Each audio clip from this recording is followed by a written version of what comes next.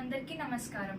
ఇప్పుడు నేను చెప్పబోయే టాపిక్ ఆసనాలు, వాటి యొక్క పురాణాలు. మనం అందరూ ఆసనాలు చేస్తాం, కానీ ఆసనం యొక్క వెనక పురాణం ఏంటి అనేది మనకు తెలియదు. ఆసనం యొక్క బెనిఫిట్స్ మనకు తెలుసు, అడ్వాంటేజెస్, డిసడ్వాంటేజెస్, దేనికి యూస్ అవుతుంది అంతా మనకు తెలుసు, కానీ వాటి యొక్క పురాణాలు ఎవరికి తెలియదు. సో అది నేను మీకు ఇప్పుడు ఇంట్రడ్యూస్ చేస్తాను. ఫస్ట్ మనం బేసిక్ ఆసనం నుంచి చేద్దాం. ఫస్ట్ వన్ వచ్చేసి పద్మాసనం. పద్మము అంటే లోటస్.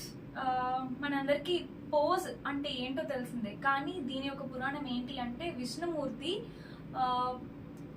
లైక్ రిలాక్సింగ్ పోజ్లో ఉన్నప్పుడు అతని నావెల్ నుంచి అంటే అతని బొడ్డులో నుంచి వచ్చిన పోజే లోటస్ పోజ్ అంటారు.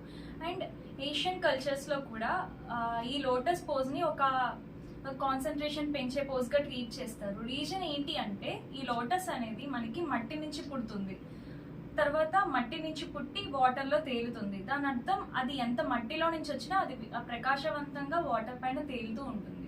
సో ఏషియన్ కల్చర్స్లో ఈ లోటస్ పోజ్ అనేది బాగా ప్రాక్టీస్ చేస్తారు. సో ఇప్పుడు ఆ పద్మాసన్ అంటే లోటస్ పోజ్ ఎలా చేయాలో నేను మీకు చేసి చూపిస్తాను.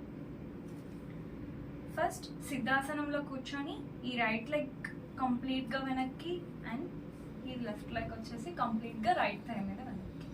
అండ్ మనం పద్మాసనం, వజ్రాసనం, శశాంకాసన్ ఇలాంటి ఆసనాలు మనం చేసినప్పుడు చేతిలో ఏదైనా ముద్ర మనం ఉంచుకొని ధ్యానం చేసుకోవడం ఇంకా మంచిది.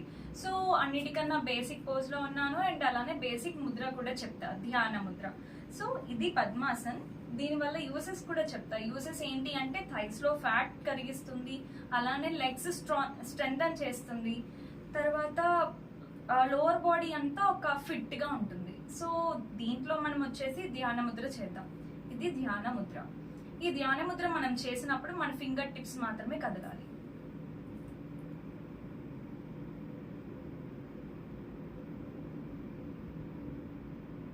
ఇది పద్మాసన్. పద్మాసనం యొక్క పురాణం, పద్మాసనం యొక్క అడ్వాంటేజెస్.